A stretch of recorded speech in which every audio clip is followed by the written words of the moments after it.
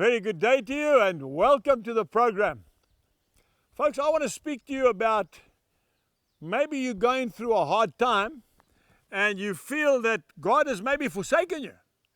Or you wonder, when is this thorn in my flesh going to be removed? I want to tell you, some of the people that have influenced my life more than anyone else are people who have been handicapped physically.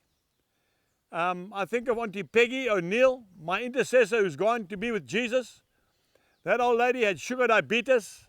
She had blood pressure. She had a thyroid problem. She had one of her legs amputated. She had cancer. But I tell you what, she was a resilient Christian. And she used to bring me a word in season regularly, like she met personally with God. And she did, of course. I want to tell you about a man by the name of George Matheson. He lived a couple of 100 years ago.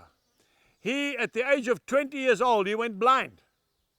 And he had a beautiful young lady that he was in love with, and he was going to get married. And when she saw that he was going blind, she left him. He was totally left on his own.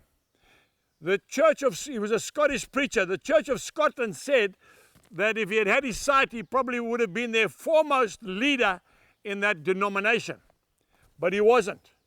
They gave him a pastorate in some small little town.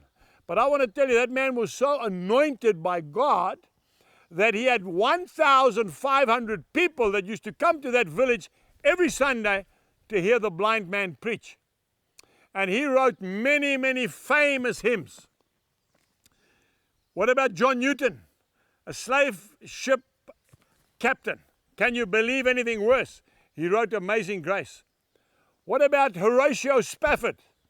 4 daughters drowned in the Atlantic Ocean when his wife was going across to support D.L. Moody in some campaigns in Britain. And when he went over that same spot, because he got on the next ship, he asked the captain to show him exactly where that ship went down, where his four daughters drowned. And he wrote that amazing hymn, "It is well with my soul." When we are weak, then we are strong. So if you're taking strain at the moment, don't be concerned. Keep your eyes on Jesus. If we go to the book of 2 Corinthians, chapter 12, I'm going to read a couple of verses from one of the greatest of all the apostles, Paul himself. He says, "And lest I should be exalted above measure by the abundance of the revelations." Paul was caught up into the third heaven. Nobody else has done that before. He says, "A thorn in the flesh was given to me, a messenger of Satan, to buffet me lest I be exalted above measure, unless I become puffed up, unless I become arrogant." Okay? "Concerning this thing, I pleaded with the Lord 3 times that it might depart from me. But Jesus said, 'My grace is sufficient for you. My strength is made perfect in weakness.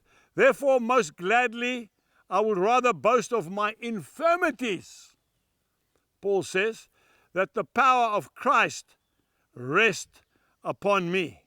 Therefore, I take pleasure in infirmities and reproaches," Paul says, "in needs, in persecutions, in distresses for Christ's sake. For when I am weak, then I am strong." My dear friend, maybe you are in a wheelchair, and I have prayed for many people in wheelchairs, and I've seen them get up and walk. Maybe you are blind, and you are waiting to receive your sight. Maybe you've got cancer, and they say there's no hope for you. I want to tell you that if Christ Jesus is in you, do not be concerned about this trivial body which lasts a very short time. Be concerned about your spirit that will live forever in heaven with Jesus. God bless you as you remain strong in Him. For more information, please visit angusbuchan.com.